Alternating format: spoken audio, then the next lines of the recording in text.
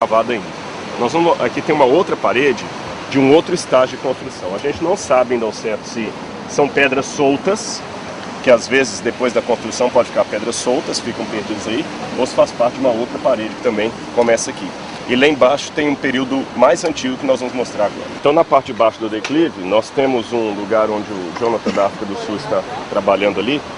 Aquela parede, que já foi descoberta, vocês estão notando, que também é do período helenístico.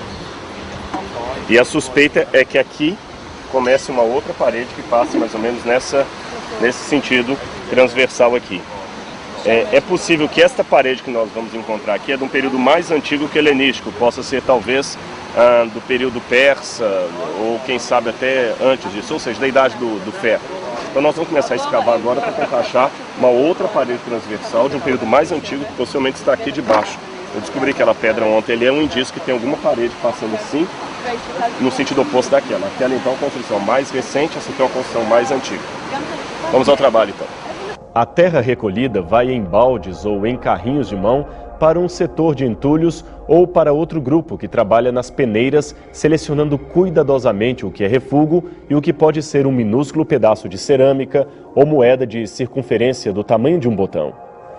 Todos os níveis do extrato são identificados para mostrar as mudanças que podem ocorrer numa sobreposição de camadas que ajudarão a identificar a datação dos objetos encontrados. Qualquer alteração na cor ou na dureza do solo pode ser uma pista da mudança de nível ou da presença de algum objeto. Neste momento, a atenção deve ser redobrada, pois numa batida desatenta pode acabar destruindo o monumento que acabara de aparecer. A cada tanto de terra escavada, uma amostra é retirada para análise em laboratório. Como você vê, são muitos detalhes a serem observados no mais estrito método científico. Por volta das 9 horas, o trabalho é interrompido para um rápido lanche e descanso de 30 minutos e um bom momento também para confraternização e novas amizades. Depois realizam-se as atividades até por volta do meio-dia, quando tudo é recolhido e o grupo volta para o acampamento, neste caso um kibbutz israelense que ficaria próximo ao sítio arqueológico. O sol a esta altura fica quase insuportável e logo sente-se na pele as insistentes recomendações para que se use protetor solar e beba bastante água. Percebe-se que não se trata de um exagero. Num ambiente seco como o do Oriente Médio, insolação e desidratação são fenômenos muito fáceis de ocorrer. Organização é outra palavra-chave numa boa pesquisa arqueológica. Cada material, artefato ou fragmento que chame mais a atenção ou que se demonstre realmente especial é devidamente catalogado, separado em plásticos e etiquetado para ser enviado a laboratórios e especialistas antes que possa ser exposto no museu ou servir de evidência factual dentro da pesquisa de campo. Sem esse rigor, todo o trabalho poderá ser comprometido. Após o almoço, recomeçam as atividades, desta vez no laboratório móvel montado geralmente no mesmo lugar aonde o grupo encontra-se hospedado. Os cacos de cerâmica mais comuns agora são separados por áreas nas respectivas caixas de plástico e devem ser selecionados e, portanto, limpos. Assim, na hora de lavar as peças, muitas saem imundas do deserto, mas ficam tremendamente limpas após a lavagem. Algumas cerâmicas são quase irreconhecíveis em seu estado de sujeira, mas quando são limpas, utilizando-se apenas água e delicadas escovas, algumas surpreendem pela beleza e formato, e em alguns cacos de cerâmica é possível ver ainda desenhos coloridos, esplendidamente preservados depois de milênios embaixo da terra. A junção de peças parecidas, na tentativa de recriar um vaso que estava partido, é um verdadeiro trabalho de quebra-cabeças.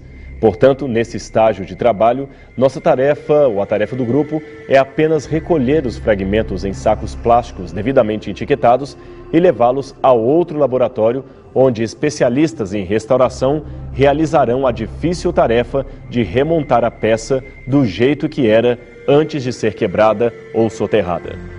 Daí, seu próximo endereço, é claro, será o museu, onde ela poderá ser vista por pessoas do mundo inteiro.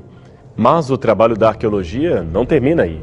Durante o período letivo, os dados obtidos nos campos são divulgados entre os especialistas que trocam informações e escrevem artigos científicos publicados geralmente em revistas acadêmicas indexadas no índice mundial.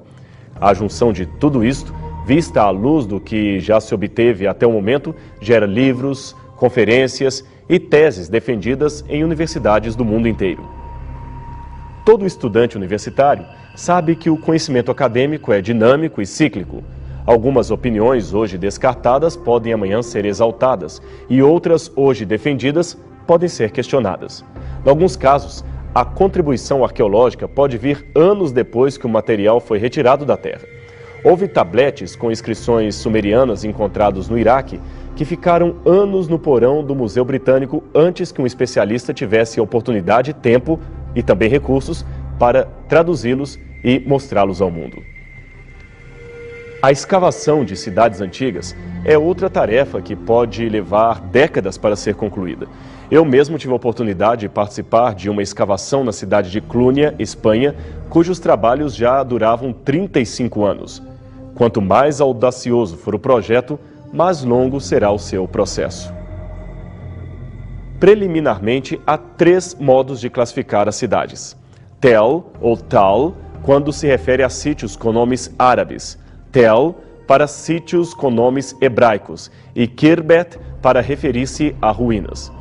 As 2 primeiras designações referem-se às cidades antes da escavação, aquelas que encontravam completamente cobertas por uma colina de entulhos que se formou ao longo dos anos. Já a última, o Khirbet, diz respeito àquelas ruínas que ainda permanecem visíveis acima da terra, mesmo antes da chegada dos escavadores. Aliás, Khirbet significa ruína de pedra. Muitos tels foram ignorados ao longo dos séculos porque julgavam que se tratava de uma colina natural e nada mais. Afinal, não se viam restos de nada que houvesse em sua superfície. O que ocorre nesta situação é que influências geológicas podem afetar e alterar bastante a região. Erosões, sedimentação, ações eólicas e inundações são apenas alguns dos muitos fenômenos que modificam drasticamente uma paisagem à medida que o tempo passa. Conforme você vê nesta antiga foto de 1920, mostrando as ruínas da vila de Beitim, os povos do antigo Oriente Médio, especialmente aqueles anteriores ao IV século a.C., tendiam a construir as suas cidades sobre colinas que dispunham das nascentes d'água para abastecer a população. O posicionamento elevado ajudava a se preparar para eventuais ataques, uma vez que a chegada de exércitos inimigos podia ser vista ao longe e a presença de uma nascente d'água na região minimizava o sofrimento durante um cerco inimigo ou uma prolongada estiagem. Mas não devemos nos esquecer que as cidades são dinâmicas. Logo, muita coisa poderia acontecer a uma cidade ao longo de sua existência. Casas eram construídas e demolidas, governantes audaciosos empreendiam mega-construções e os muros ganhavam ampliações e novos contornos. Além disto, acidentes de ordem natural, como terremotos, ou não natural, como incêndios e guerras, poderiam destruir a fortaleza, fazendo com que ficasse deserta por um bom espaço de tempo. Então, por questões de economia, populações que chegavam depois aproveitavam os alicerces da vila anterior e, por cima destes, construíam suas habitações. Se o processo de demolição se repetia mais de uma vez, o resultado seria o soerguimento do nível do solo, uma vez que os entulhos de construções passadas iam se assentando para servir de base às novas edificações. Depois de muitos séculos de abandono, quando a terra sedimentada passa a cobrir as construções, o que encontramos no local é uma colina, uma tel, repleta de restos arqueológicos de camadas de construção civil ou estratos, cada uma de um período diferente. Para estudar esse fenômeno, os arqueólogos tomam carona num ramo da geologia conhecido por estratigrafia. O que está na superfície é evidentemente mais novo do que o que está embaixo. Isto nos ajuda a datar artefatos e a reconstruir a história da ocupação daquele lugar. Assim, longe de ser uma aventura cinematográfica, a arqueologia é um trabalho sério, muitas vezes monótono e que exige bastante concentração. mas ainda reservam-se espaços para o romantismo, especialmente àqueles que se empenham na arqueologia bíblica. Afinal de contas, tomar nas mãos uma moeda ou uma lâmpada dos tempos antigos, como esta que nós temos aqui do 1º século da época de Cristo, uma lâmpada de 2000 anos, é realmente uma experiência fascinante. Ela causa muita emoção. A mente não consegue esconder o êxtase, a alegria de imaginar que alguma pessoa um dia do passado remoto tocou naquele objeto. Alguém que o usou e, falando em arqueologia bíblica, possivelmente alguém que conviveu contemporaneamente com Cristo ou com alguns de seus discípulos. É como se a história voltasse a se repetir. É como se o passado voltasse a acontecer perante os nossos olhos, porém de um modo muito mais concreto, retirado da terra pela pá de um sonhador. Este foi, portanto, um dia na vida de um arqueólogo, um dia na vida do seu trabalho de campo. Mas para aquele que se denomina arqueólogo bíblico, este foi mais um dia que Deus levou para a eternidade. Um dia que nos torna cada vez mais próximos daquele grandioso e esperado momento em que todos nós veremos o nosso Senhor vindo nas nuvens do céu. Neste tempo, as pás dos arqueólogos serão aposentadas. Não precisaremos mais cavar buracos para recuperar antigos artefatos da história bíblica. Será Jesus em pessoa que nos contará todos os detalhes. Poder nesse dia encontrar o seu glorioso rosto, chamá-lo de amigo, sim, sem dúvida, será o maior de todos os achados. Este sim é o sonho arqueológico máximo de todo o verdadeiro cristão servidor do Senhor Jesus.